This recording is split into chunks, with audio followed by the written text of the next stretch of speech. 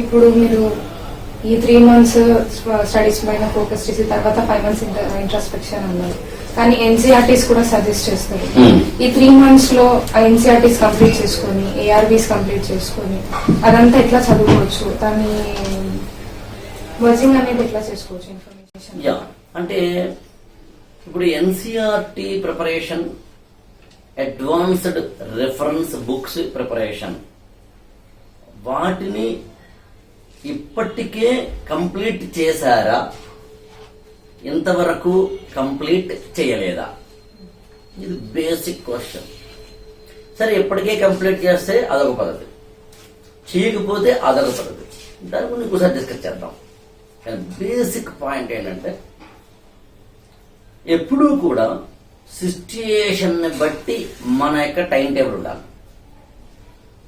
ఎప్పుడు వచ్చామని కాదన్నయ్య, బుల్లెట్ దిగిందా లేదా అనే పాయింట్ లాగా హౌ టు, ఎట్లా, ఏ విధంగా, ఎలా ప్రిపేర్ అవ్వాలి, ఎలా ప్లాన్ చేసుకోవాలి అన్నప్పుడు నేనేమంటానండి, ఎన్సీఆర్టీ పుస్తకాలని ఇప్పటి వరకు అస్సలు ప్రిపేర్ కాని వాడు ఎవరన్నా ఉంటే, అయినా 20-20లో మాత్రం ప్రిలిమినరీ పాస్ అయిపోవాలనుకుంటే, అంటే దాన్ని కొంచెం మనకు అదే చెప్పండి చాలా స్మార్ట్ గా పనిచేయడం, అది స్మార్ట్ వర్క్ లాగా. నేను తక్కువ చదువుతాను సార్, బట్ అయినా నాకు ప్రిలిమినరీ పాస్ అయిపోవాలి సార్ అన్నట్టుగా.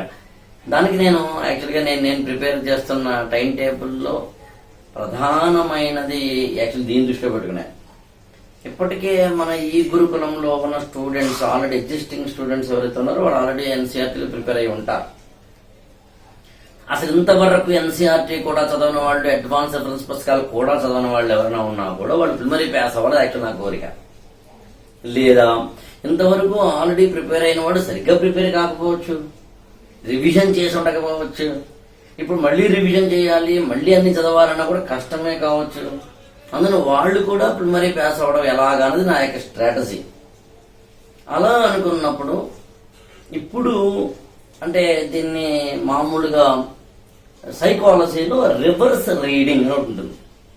చాలా మంది యాక్చువల్గా నన్ను కూడా అడుగుతూ ఉంటారు, సరే బుక్ని మీరు ఎక్కువ బుక్స్ని చదివినారంటారు, మరి ఇన్ని పుస్తకాలు చదవడం సాధ్యమేనా అని అడుగుతుంటారు. యాక్చువల్లీ నేను ఏం చేస్తానంటే, ఒక పుస్తకాన్ని ఈ పుస్తకాన్ని చదవాలని అనుకుంటే కనుక నేను రివర్స్ రీడింగ్ లో వెళ్తాను.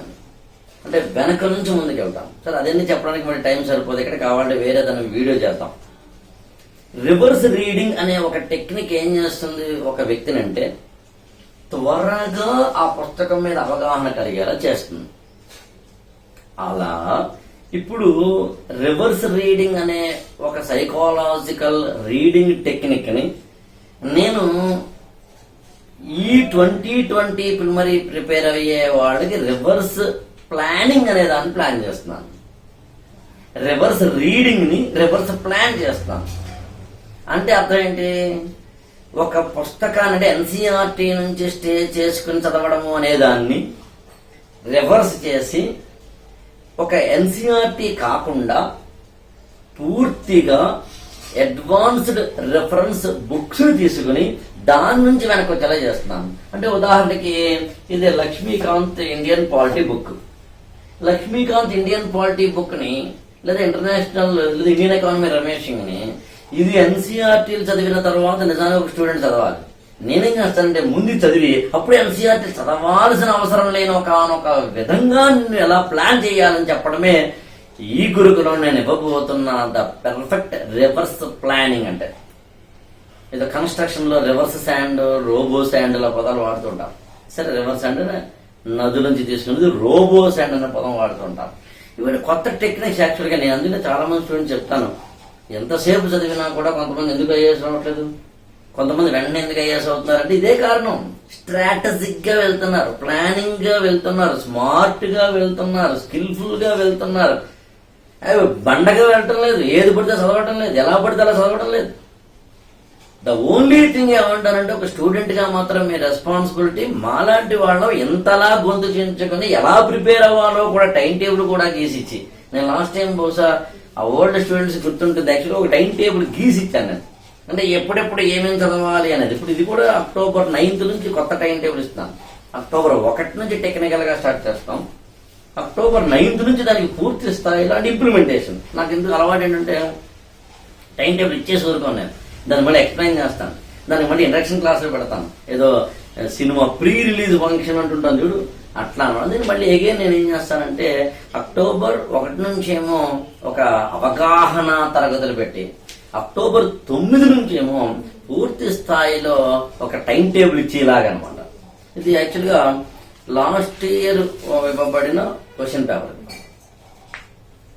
లాస్ట్ ఇయర్ ఇది 2018 జూన్ 2న జరిగిన క్వశ్చన్ పేపర్.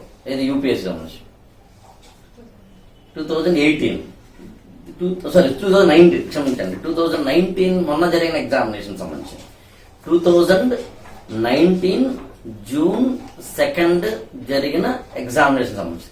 ఇప్పుడు దీన్ని ఏం చేశాను నేను, అసలు ఈ ఎగ్జామినేషన్ సంబంధించి ఏమేం ప్రశ్నలు ఎలా వచ్చాయి, ఎక్కడి నుంచి వచ్చాయి అని ఒక అనాలిసిస్ చేశాను.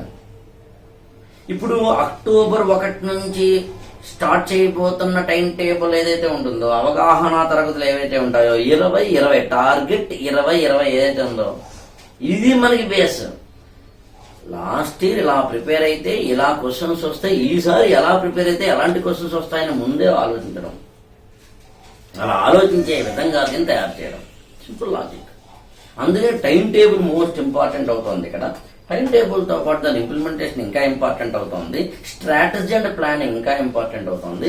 అన్నిటికన్నా నుంచి ఏ పుస్తకం చదవాలి, ఏ పుస్తకం చదవకూడదు, ఏ పుస్తకం ఎప్పుడు చదవాలి, ఏ పుస్తకం ఎప్పుడు చదవకూడదు, ఏ పుస్తకం ముందు చదవాలి, ఏ పుస్తకం తర్వాత చదవాలి, ఏ పుస్తకం చదవకపోయినా పర్వాలేదు, చదవకపోయినా కూడా ఎలా దాన్ని మరి కంపెన్సేట్ చేసుకోవాలి. చదవకలేదంటే ఆ పుస్తకం చదవడం మానేసినంత మాత్రాన్ని కాదు, కాంపెన్సేట్ ఎలా చేసుకోవాలి, ఇట్లాంటివన్నీ మనం అక్టోబర్ 1 నుంచి మనం అవగాహన తరగతులు, అక్కడ నుంచి టైం టేబుల్ అనమాట.